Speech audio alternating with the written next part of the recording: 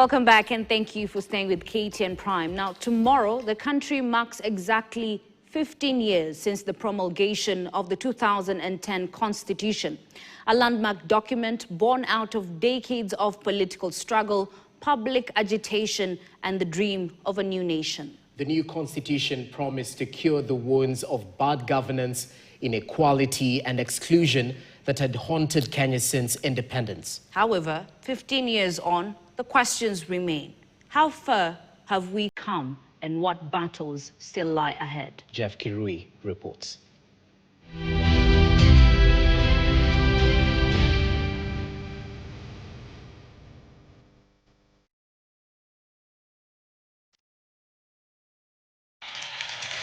August 27, 2010 will forever be etched in the country's history. On that day, Kenyans turned a page, ushering in a radical shift in governance anchored on unity, peace, inclusivity, human rights, participatory democracy, social justice, and integrity. We are responding to the experience we have had, and we are saying how we now want to be governed and to relate to each other. The new chapter dismantled the old centralized system, creating a devolved structure of government in 2 levels, the national and 47 counties. Devolution is not merely a constitutional provision. It is the ground jewel of our democratic governance and the proudest achievement of the people of Kenya.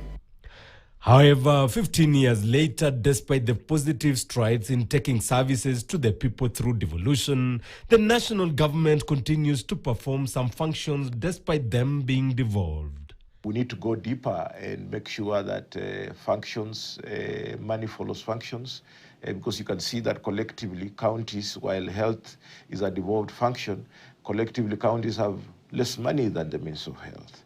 And that tells you why we're holding money at the center still. Agriculture is devolved, but the ministry holds much more money than the counties. Through separation of arms, the executive, the judiciary, and parliament was designed to check one another and prevent any harm from excesses and dominance. But has separation of powers really been achieved? There is money being demanded from the executive, from governors, from ministers, from people in the executive, especially those who go for accountability before our houses of parliament. This president has asked us to pass SHA. We sat here until 10 p.m. Pass it for him. What have we done for him? What has this parliament not done for president that he now has to come and bastardize us?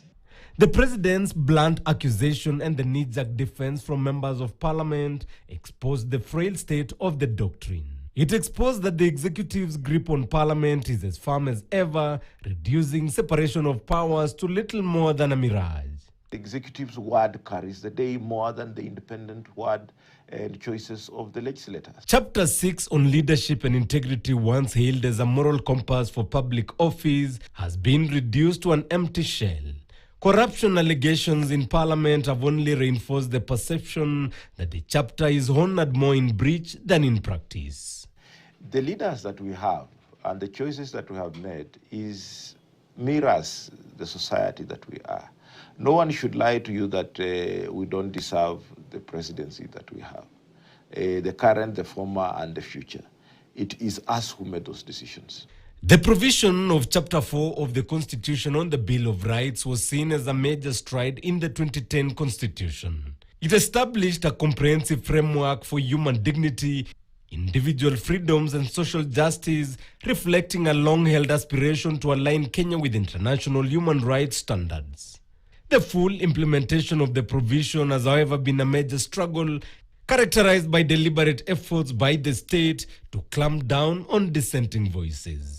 This was evidently profound during the protests that have been witnessed in the country from the June 2024 anti-finance bill demos to anti-President Ruto's protests. The human rights situation in the country has deteriorated drastically. If I may just give an example, Sabasaba of 2025 here was the bloodiest day in the history of protests in Kenya. no other day since independence has seen more people killed by the police, than we saw on Sabasaba of 2025. Legal experts argue Kenya's problem has never been the absence of laws, but the absence of political will to implement them. The problem that we have here is one of implementation. There is no deficiency in the Constitution, at least for now. So that even as we celebrate this milestone of the Constitution, calls for amendments must be discarded. Calls for implementation, strict implementation of the Constitution, are what ought to be entertained. Despite the milestones that have been achieved constitutionally, attempts to water down its gains come and go. But so far none have sailed through, and 15 years later, it stands as both a symbol of progress and a battlefield for the future of Kenya's democracy. Jeff Kirui, KTN.